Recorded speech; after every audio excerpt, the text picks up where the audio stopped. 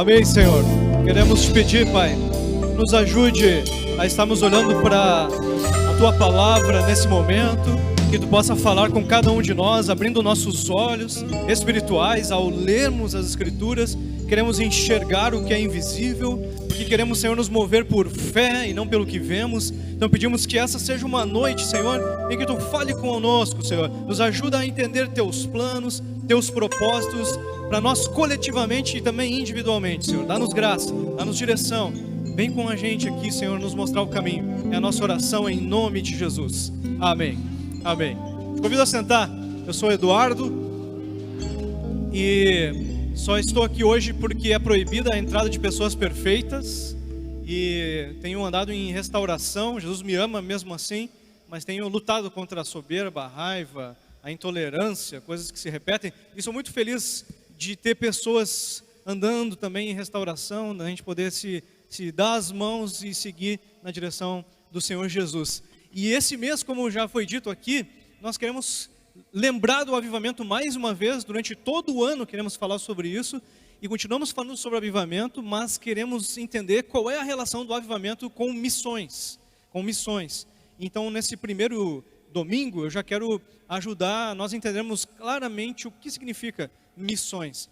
Agora, irmãos, essa semana, na verdade ontem, eu soube da história do sujeito que foi receber a vacina do Covid, né?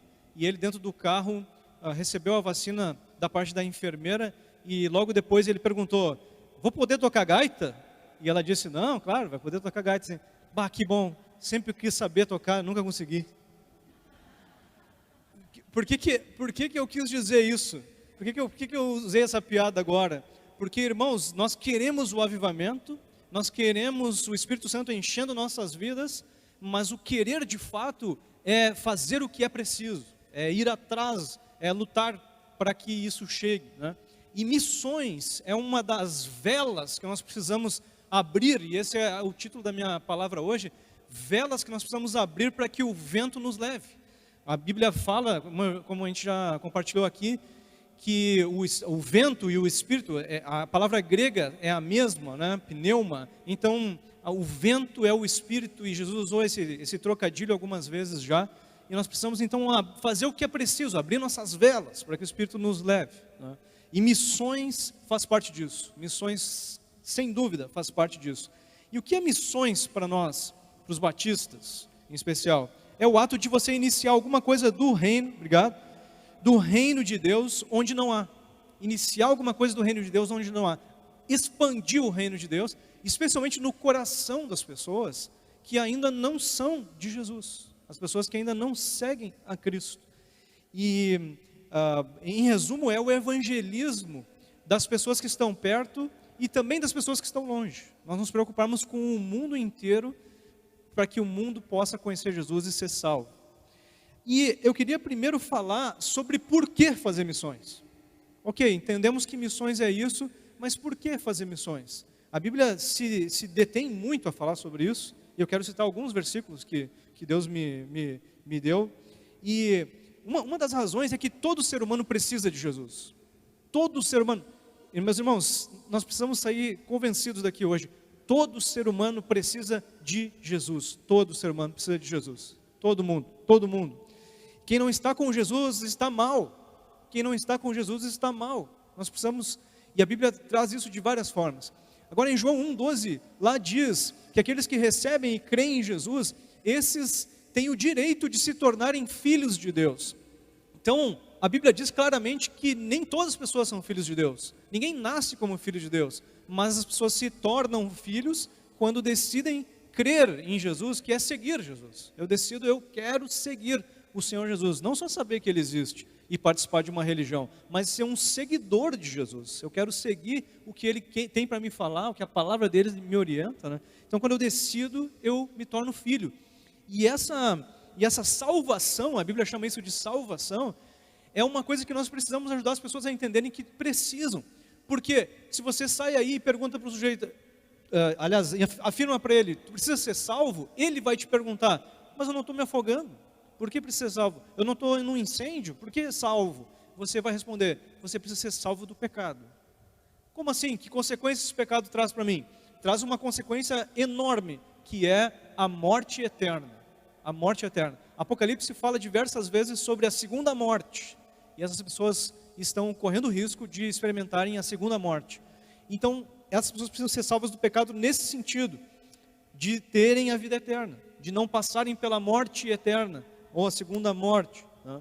A Bíblia fala em Romanos 6, 23, que o salário do pecado é a morte, mas o dom gratuito de Deus é a vida eterna.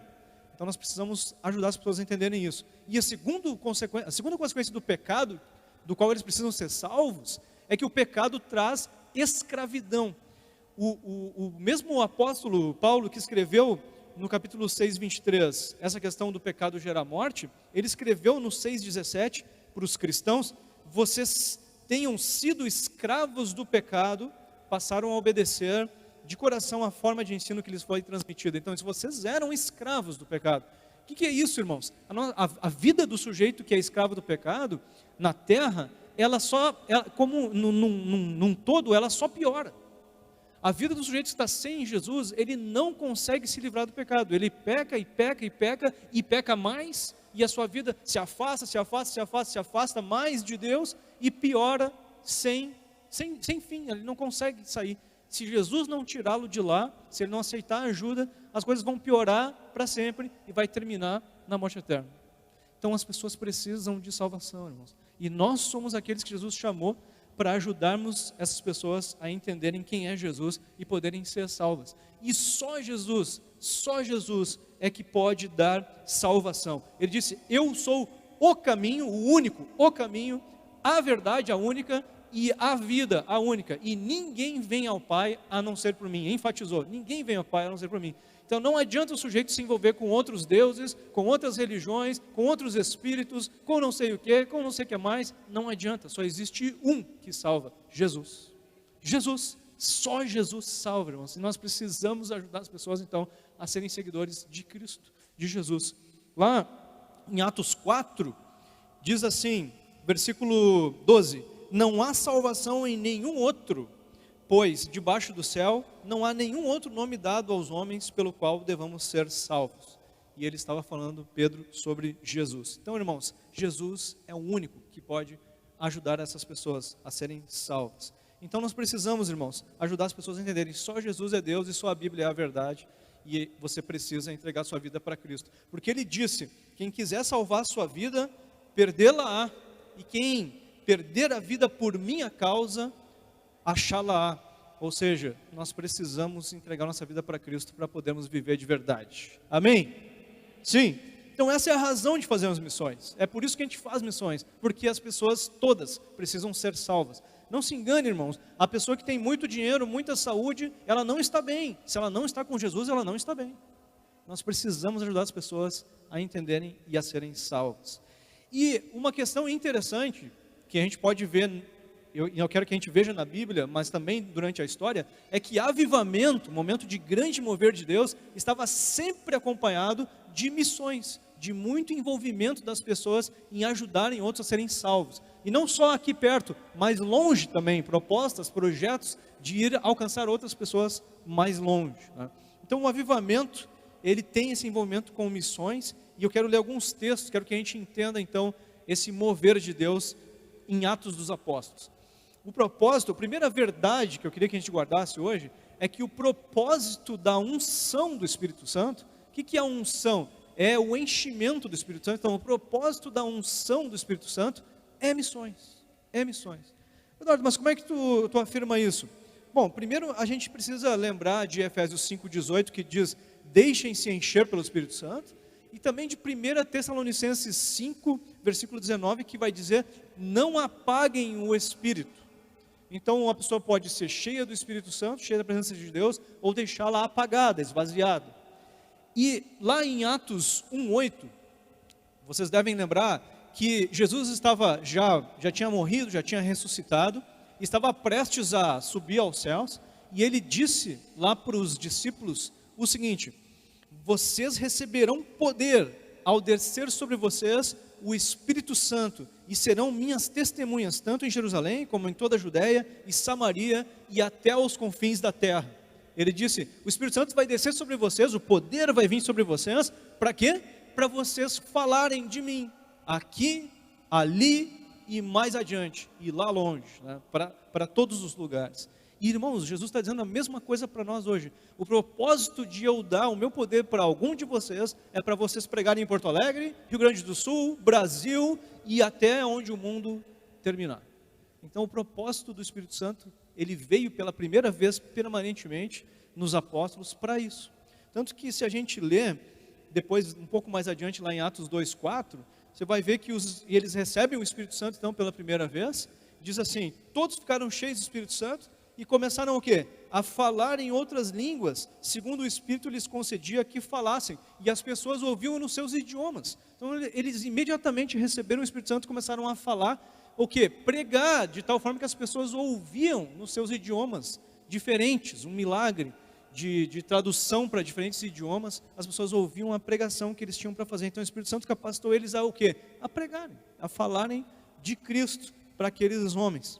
E eu gosto muito de lembrar de Marcos 1:38, Jesus tinha saído para orar e as pessoas estavam procurando ele, e aí quando o encontram, ele responde o seguinte para eles, eles dizem, nós estamos te procurando e tal, onde é que tu está?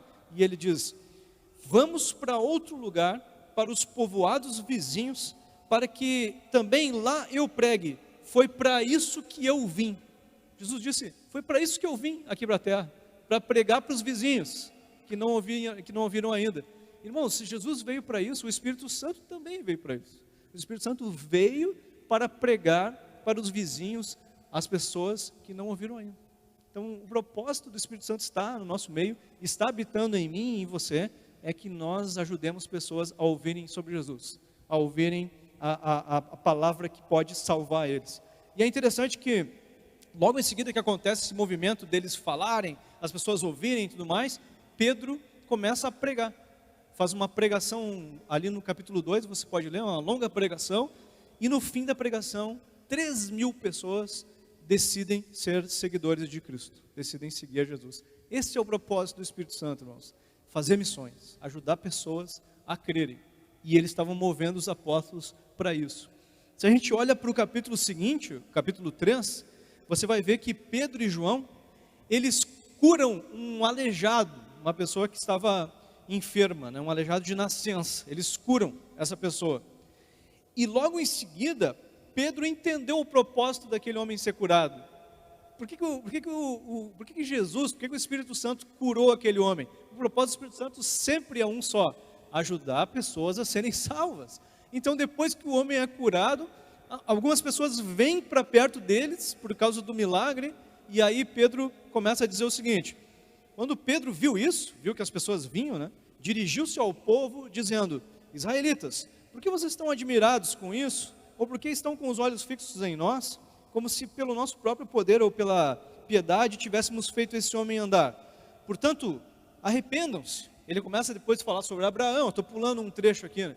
Mas ele diz, logo em seguida, portanto arrependam-se e se convertam, para que sejam cancelados os seus pecados, a fim de que da presença do Senhor venham tempos de refrigério, e que Ele envie o Cristo, que já foi designado para vocês, a saber, Jesus. Então Pedro entendeu o propósito do milagre, qual era? Que ele pudesse pregar, que ele pudesse falar de Jesus para alguém. Então, irmãos, tudo que acontece na nossa vida, Deus faz com um único propósito, que você ajude mais alguém a se tornar um filho de Deus, mais alguém a viver a salvação que Jesus te deu. Então, se Cristo tem agido de alguma forma na tua vida, é para te usar na vida de alguém, para te usar para que outro também possa ouvir e ser salvo. A gente continua em Atos capítulo 4, no capítulo seguinte, e aí Pedro e João, eles são presos. Naquele detalhe do versículo 4 diz que naquela época que eles foram presos, já tinham 5.000 discípulos, já tinham 5.000 pessoas convertidas. Então os dois são presos lá e vão ser interrogados. Lá no versículo 8, quero ler o 8 e o 12, diz assim, no interrogatório. Então Pedro, cheio do Espírito Santo, então Pedro estava cheio do Espírito Santo, disse-lhes, autoridades e líderes do povo, estou pulando mais um trecho então para o versículo 12, não há salvação em nenhum outro, pois debaixo do céu não há nenhum outro nome dado aos homens pelo qual devamos ser salvos. Ou seja, Pedro estava cheio do Espírito Santo de novo para quê? Para falar de Cristo para eles. Dizer que só Jesus pode salvar. Só Jesus pode salvar.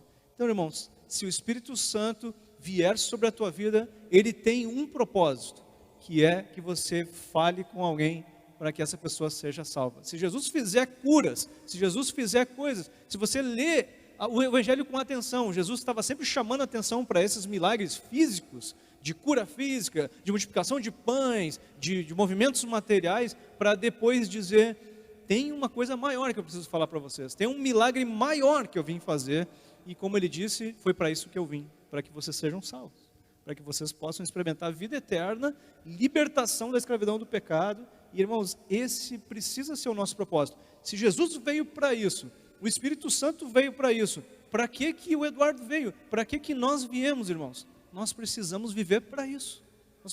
Esse tem que ser o nosso propósito número 1 ao sair de casa de manhã. Eu preciso viver, preciso botar minhas velas na posição do vento, porque eu quero que o Espírito Santo me empurre para aquilo que Ele está fazendo. Eu quero viver o que Ele tem para mim. E eu quero que tudo que eu viva hoje coopere para que mais pessoas sejam salvas. Quero fazer missões, porque o Espírito Santo é isso que Ele quer. E é interessante a gente olhar ali para Atos, que uma coisa leva para lá e a outra coisa leva para cá. O Espírito Santo vindo sobre eles, capacitavam e usavam eles, movia eles para missões, porque eles se deixavam, porque eles se dispunham a ir e a se sacrificar. E quando eles se envolviam com missões, vinha uma unção maior do Espírito Santo sobre eles. Vinha uma unção maior, vinha um poder maior. E daí, a segunda lição dessa noite é exatamente essa, que missões levam a uma maior unção do Espírito Santo, uma maior unção do Espírito Santo. Irmãos, quando a gente se envolve em missões, se você pedir para Jesus de manhã que você quer se envolver para ajudar alguém a ser salvo, você vai experimentar a presença de Deus. Você vai experimentar a presença de Deus. É a oração que Jesus quer responder. Se você quiser ajudar alguém a ser salvo, Jesus está no barco, Jesus está contigo. Ele vai te dar poder, Ele vai contigo, Ele vai mover as coisas. Então nós precisamos nos dispor a botar nossa vela na direção do vento. E a gente já sabe qual é: missões. Essa é a direção que o vento quer soprar, missões. Em Atos 4, lá, seguindo, versículo 13 até o 18, diz assim: vendo a coragem de Pedro e de João, percebendo que eram homens comuns, sem instrução, ficaram admirados e reconheceram que eles haviam estado com Jesus, e como podiam ver ali com eles o homem que fora curado, nada podiam fazer contra eles. Assim, ordenaram que se retirassem do sinédrio e começaram a discutir, perguntando: que faremos com esses homens? Todos os que moram em Jerusalém sabem que eles realizaram um milagre notório que não podemos negar. Todavia, para impedir que isso se espalhe ainda mais no meio do povo, precisamos adverti-los de que não falem com mais ninguém sobre esse nome. Então, chamando-os novamente, ordenaram-lhes que não falassem e nem ensinassem em nome de Jesus. Irmãos, o governo estava dizendo para eles: é proibido pregar agora sobre Jesus. Vocês não podem mais pregar sobre Jesus. O que você faria se o governo dissesse isso hoje? O que você faria? Agora, a grande questão que eu gosto de pensar é o seguinte: o governo não disse isso para você hoje. Então, o governo não disse. E o que você vai fazer essa semana? O que você vai fazer essa semana? Irmãos, nós temos liberdade, não é nem contra a lei, falarmos sobre Jesus. E nós precisamos fazer, irmãos. Essa semana você precisa tomar um café com alguém da tua família, ou do teu trabalho, ou das tuas amizades, uma pessoa que não é salva ainda, porque você vai sair daqui preocupado com ele. Você vai sair preocupado que o sujeito está indo para a segunda morte, que o sujeito está escravo do pecado. Então precisa entrar em nós esse sentimento de: eu preciso ajudar, preciso salvar alguém, preciso tomar um café com alguém para falar. E interessante que eles responderam o que para essa proibição? Lá em Atos 4, 19 e 20. Pedro e João responderam: julguem os senhores mesmos, se é justo aos olhos de Deus obedecer aos senhores e não a Deus, pois não podemos deixar de falar do que vimos e ouvimos. Ele disse: pensem bem, se a gente vai obedecer vocês ao invés de obedecer a Deus, nós vamos continuar obedecendo a Deus, porque a gente não pode parar de falar o que nós vimos e o que nós temos ouvido. Então, irmãos, nós precisamos sair daqui com uma certeza: nós não podemos parar de falar, mesmo que o governo diga hoje que não pode mais falar sobre Jesus. Nós precisamos continuar, porque é o que o Espírito Santo veio fazer, é o que Jesus veio fazer, e eu sou deles, eu sou seguidor deles, e eu quero o avivamento, eu quero mais o Espírito Santo, eu quero mais do poder de Deus. Então só tem um caminho: me envolver com a salvação de pessoas. Amém? Então você precisa ir atropelar todo o medo e ativismo e distrações que a gente tem para fazer o que é o principal, o que Jesus quer que a gente faça, que é missões, né? Então a gente precisa fazer missões, se importar mais com Deus do que com o que as pessoas dizem, mais com Deus. Foi isso que eles disseram: nós vamos nos importar mais com Deus do que com o que vocês estão dizendo, né? Então precisamos nos importar mais com Deus, e fazer missões é obediência, é seguir o que Ele pediu para que a gente fizesse, né? Interessante que tu continua lendo ali no capítulo 4, do 21 até o 28, e você vê então Pedro e João sendo soltos, né, daquela situação, e eles vão se reunir com a igreja para orar. Então não foi fichinha para eles a situação, né? Eles foram até a igreja para orar junto com eles, para se fortalecer, buscando ao Senhor juntos. E é interessante ler versículo 29 a 31, a oração que eles fizeram. Eles não oraram: Jesus, impede que eles nos façam mal, nos livra de alguém nos perseguir. Eles não fizeram essa oração. Eles fizeram uma outra oração que foi a seguinte: agora, Senhor, olha para as ameaças deles e concede aos teus servos que anunciem a tua palavra com toda ousadia, enquanto estendes a tua mão para fazer curas, sinais e prodígios por meio do nome do teu santo servo Jesus. Tendo eles orado, tremeu o lugar onde estavam reunidos, todos ficaram cheios do Espírito Santo e com ousadia anunciavam a palavra de Deus. Irmãos, a oração deles foi: Senhor, olha as ameaças deles e nos dá coragem para que nós continuemos pregando a tua palavra, enquanto os teus sinais de cura e etc. vêm com a gente. E aí Jesus disse amém, e ele disse um amém de tal forma que o lugar tremeu e eles ficaram cheios do Espírito Santo, mais unção do Espírito Santo. Por quê? Porque disseram: Jesus, o que a gente quer é continuar fazendo missões. E Jesus disse amém, e bum, deu um tremor de terra, e ficaram cheios do Espírito Santo. E o texto diz o quê? Anunciavam a palavra com ousadia, seguiram fazendo, cresceu mais ainda o ministério, né? Então, irmãos, nós precisamos orar nessa direção. A unção do Espírito Santo nos leva para fazer missões. Então, viram o que eu falei? Você recebe a unção do Espírito Santo, que foi o caso deles, faz missões, e o fazer missões faz você ficar mais cheio do Espírito Santo ainda. E você começa a crescer, e crescer, e crescer, e crescer. Mas o envolvimento com missões é fundamental. É o propósito que Ele tem para nos capacitar. Agora eu quero mudar aqui o texto e ir para 1 Tessalonicenses, ler uma coisa que o apóstolo escreveu para aqueles crentes lá, no capítulo 1, versículos 6 até o 8. Paulo diz assim para eles: de fato, vocês se tornaram nossos imitadores e do Senhor. Ele está dando um elogio para eles, dizendo: olha, vocês de fato são imitadores de Deus, né?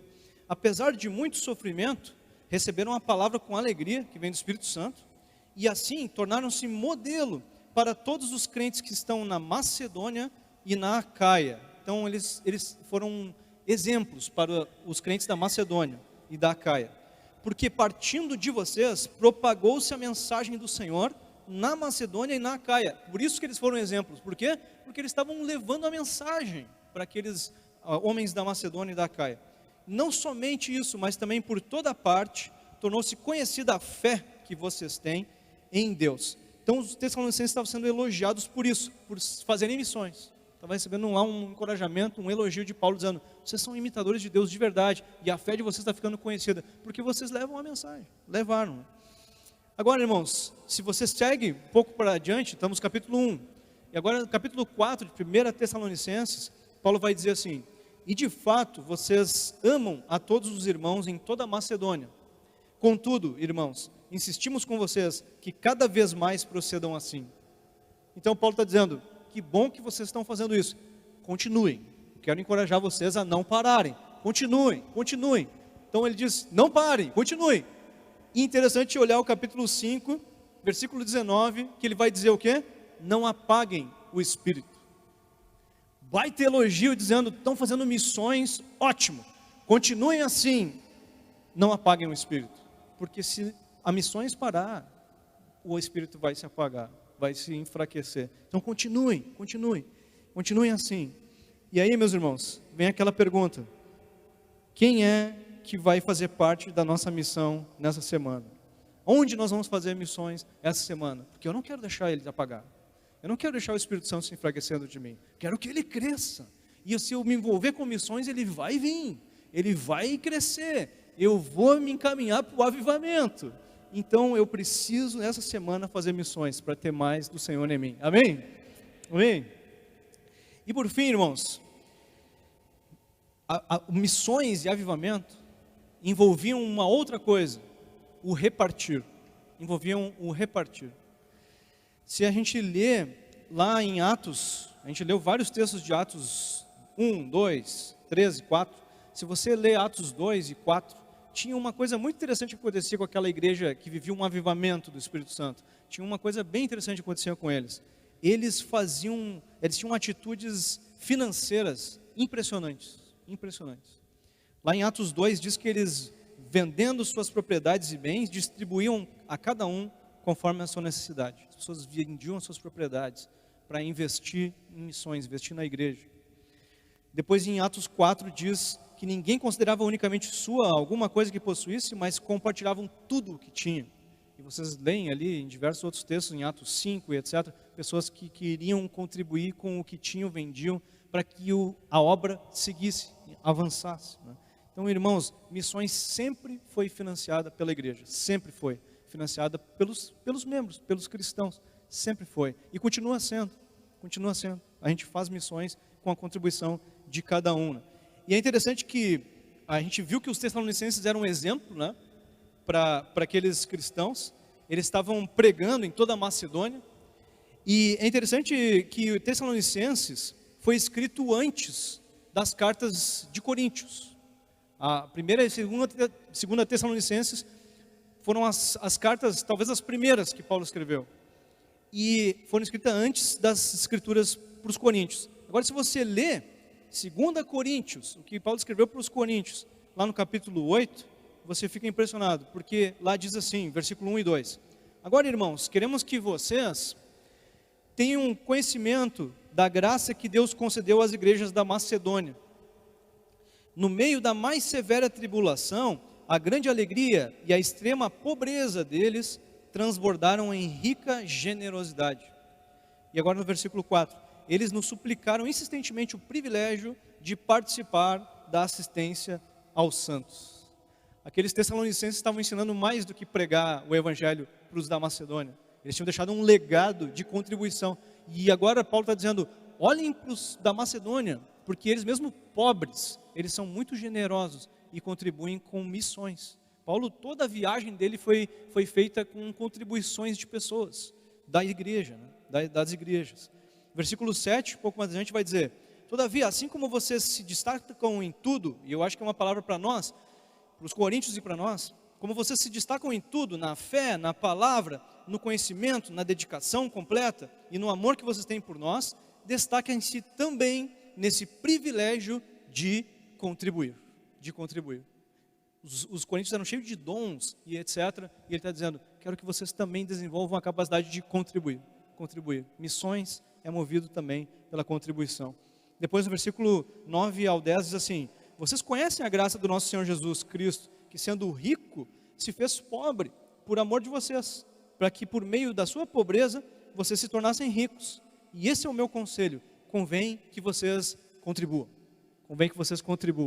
Jesus deu o exemplo, ele era rico, ficou pobre por causa de nós, e ele está dizendo, contribuam, encorajo vocês a contribuírem, isso faz parte do avivamento. Então os crentes da Macedônia estavam se envolvendo com isso, compartilhando os seus recursos, e Paulo estava usando eles como exemplos de imitadores de Cristo, que estavam abrindo mão também dos recursos financeiros por causa da salvação de pessoas, de outras pessoas, né? Então, que a gente possa viver missões, irmãos, que a gente possa de fato querer viver missões cada vez mais pessoalmente, e também ajudando pessoas que estão em outros lugares para os quais Jesus não nos chamou, né?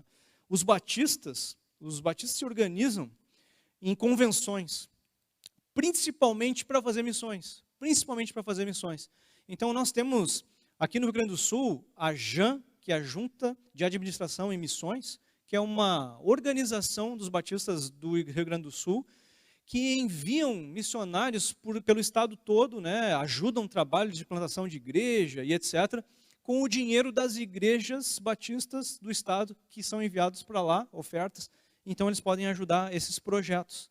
Nós temos a Junta de Missões Nacionais também, que ajuda projetos no Brasil todo, né, tanto projetos de evangelismo quanto de plantação de igreja, outros projetos sociais que têm a intenção de ajudar as pessoas a serem salvas por Cristo também, né?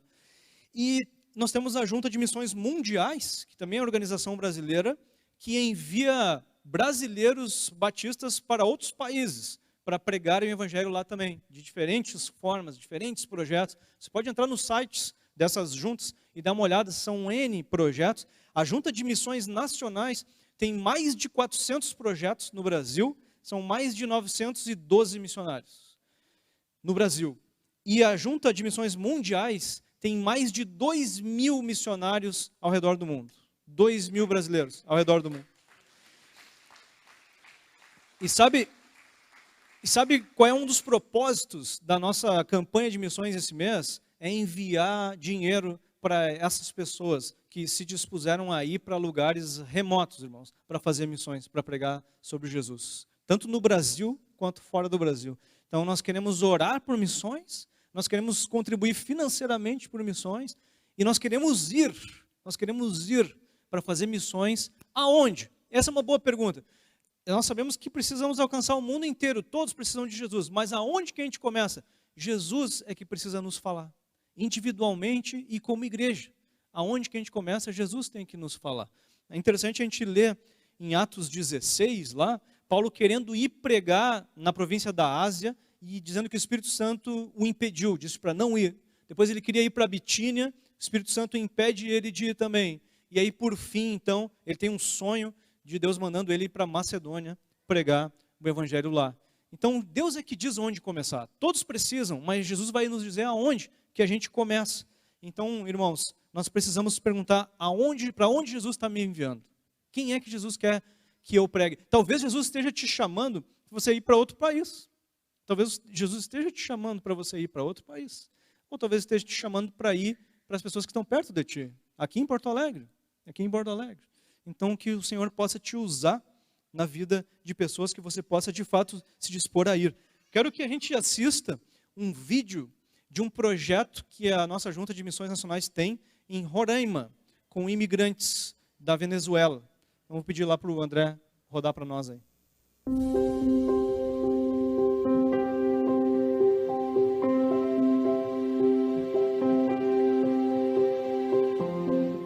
Bueno, es difícil la situación en Venezuela cuando se trata de separarse la madre de los hijos.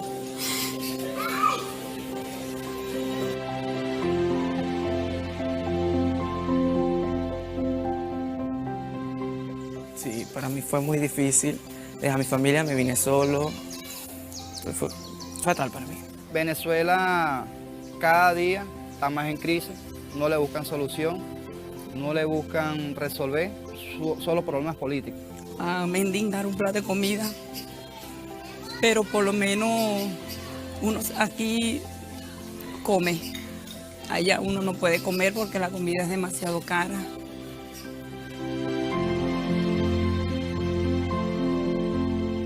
Estamos por necesidad, porque nos ayuden.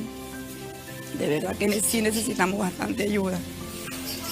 Por lo menos aquí tenemos amigos brasileños que nos ayudan con la comida, con la medicina.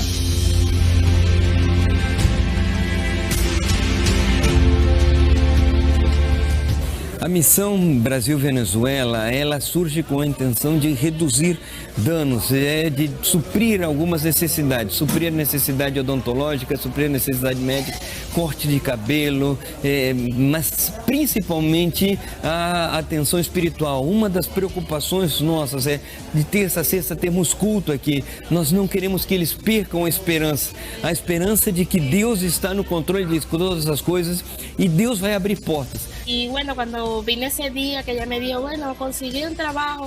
Es más, ese día venía a lavar, a usar el servicio de lavandería.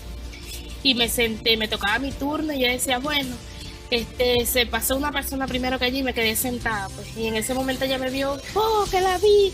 Y es usted, y bueno, ahí fue que me dijo que había encontrado un trabajo y para mí fue la felicidad más grande. Se você tiver fé, Deus vai abrir as portas. E uma família nos procurou. E essa família vai receber Vanessa, está preparando tudo para receber Vanessa. As igrejas estão abrindo portas para dizer, mandem-nos famílias, porque nós queremos de alguma forma ajudá-los a integrar-se na sociedade, dando-lhes apoio. Agradecida primeramente de Dios, agradecida con ella porque aparte que me abrió las puertas de la iglesia, me brindó su mano amiga. Os batistas brasileiros necessitam vestir a camisa, necessitam entender que o desafio de trabalhar com os venezuelanos também é deles. Isso é movido pela graça, eu saber que, apesar de tudo, eu sei que esse é o momento de estar aqui, de fazer algo no momento certo, na hora certa. E a única coisa que eu posso dizer, aquele que tem chamado, realmente não pode olhar para trás. Se eu olhasse para trás, eu já não estaria aqui. Mas eu estou aqui porque sou movido por essa graça de Deus. Nosotros esperamos que algún día Venezuela se acomode. No queremos más violencia en Venezuela, no queremos más hambre. Nuestros hermanos se están muriendo del hambre, se suicidan porque no tienen para comer. Dios es grande y yo sé que Dios nos va a sacar de este problema porque yo confío bastante en Dios. Bueno, mis expectativas en los momentos, conseguir un trabajo, ayudar a mi familia, ayudar a la persona que necesite, pues también tengo amistades allá. E isso. Movido pela graça é dar-se, e deixar Deus te usar para que você possa impactar vidas, para que você possa levar a vitória em Cristo Jesus na vida de outros. Jehová es mi pastor, nunca me faltará. Salmo 23:1.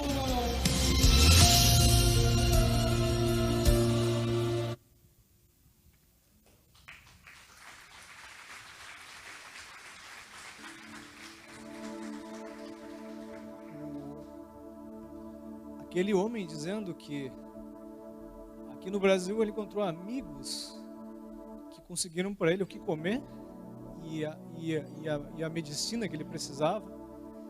E eu fico pensando que é Jesus, mas ele faz através de nós, ele faz através de pessoas. E o vídeo todo falou que a maior preocupação deles era levar esperança, levar salvação para essas pessoas, porque aí de fato se cumpre o que o menino leu. Se Jesus é o meu Senhor, não sinto falta de nada. Vivo de fato satisfeito, com esperança. Irmãos, nós precisamos nos envolver. Nós precisamos levantar um grande valor esse mês, que vai ser dividido entre essas 3 juntas que nós temos, a estadual, nacional e de missões mundiais. Nós precisamos nos envolver com generosidade, mas nós precisamos também orar por eles. Orar por essas pessoas que têm se envolvido já têm ido por diversos países. Mas também, irmãos, nós precisamos ir. Muitas pessoas têm dito não. Jesus tem chamado e as pessoas têm dito não. Até para as pessoas mais de perto. Muitos de nós têm dito não porque temos outras coisas para fazer. Não é o que o Espírito Santo quer que a gente faça. Não é o que Ele tem para nós. A prioridade dele é ajudar pessoas a serem salvas. Nós precisamos nos envolver com isso. Nós precisamos ir. E eu queria te encorajar, você todos os dias fazer uma pergunta. Qual é a coisa mais importante que uma pessoa pode fazer na vida? E a resposta é crer em Jesus e ser salvo. E qual é a coisa mais importante que um cristão pode fazer na sua vida? É desenvolver a sua salvação, como Paulo disse em Filipenses 4. Desenvolver a sua salvação é se ligar com Cristo de tal forma que outras pessoas sejam salvas também através de nós. E é a coisa mais importante que você pode fazer por uma pessoa, ajudar ela a ser salva. Então o resto, irmãos, é detalhe.